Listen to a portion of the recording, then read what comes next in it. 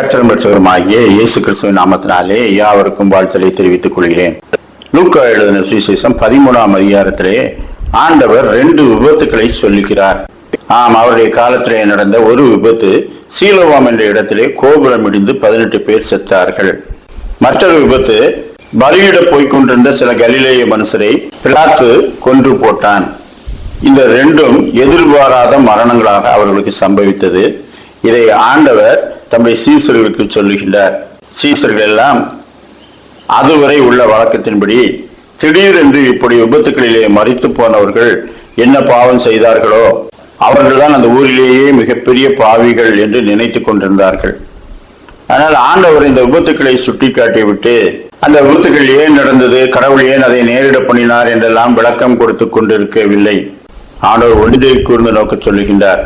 அவர்கள் எல்லாரும் அங்கு இருக்கிறவர்களிலேயே பாவிகள் என்று நினைக்காதீர்கள், அப்படி அல்ல, அவர்களை விட பாவிகள் அங்கே வாழ்ந்து கொண்டுதான் இருக்கிறார்கள். ஆனால் அவர்கள் எல்லாம் ஒன்றை செய்ய தவறியவர்கள். அது என்ன? மனம் திரும்பாமற் போனவர்கள். அவர்கள் சின்ன பாவிகளாக இருக்கலாம், பெரிய பாவிகளாக இருக்கலாம். ஆனால் ஒன்று, அவர்கள் மனம் திரும்பாமற் போனவர்கள். அவர்கள் அன்றைக்கு மரணத்தை சந்தித்தார்கள். நீங்களும் மனம் திரும்பாமற் போனார் அப்படியே கெட்டு போவீர்கள் என்று சொல்லுகின்றார். பழம் முழுசும் பழுத்த பிறகுதானே கீழே விழணும்? இல்ல, பாதி பழுக்கும் போதும் விழும். ஃபுல்லா பாவம் செஞ்சு அக்கிரமத்தை நடப்பிக்கும் போது செத்து போவாங்க அப்படின்னு நாங்க நினைச்சுக்கிட்டு இருக்கோம். நீர் என்ன சொல்லுகின்றீர்?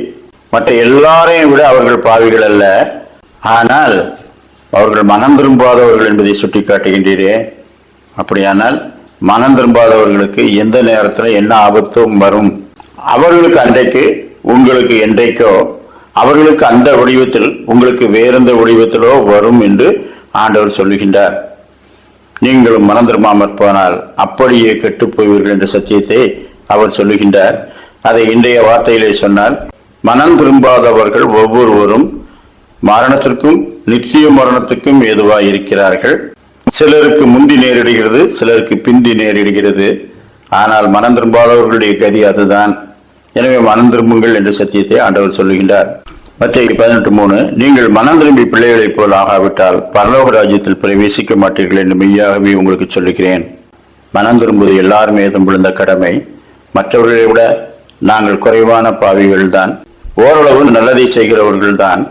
மனம் திரும்பும் அளவுக்கு என்ன பாவம் செய்து விட்டோம் என்றெல்லாம் அநேகர் கேள்வி கேட்கின்றார்கள். ஆண்டவர் சொல்லுகின்றார், எல்லாரும் வழிதப்பி ஏகமாய் கெட்டு போனோம், எல்லாரும் மனம் திரும்ப வேண்டும் என்று நம் மீது நீடிய பொறுமை உள்ளவராய் இருக்கிறார்.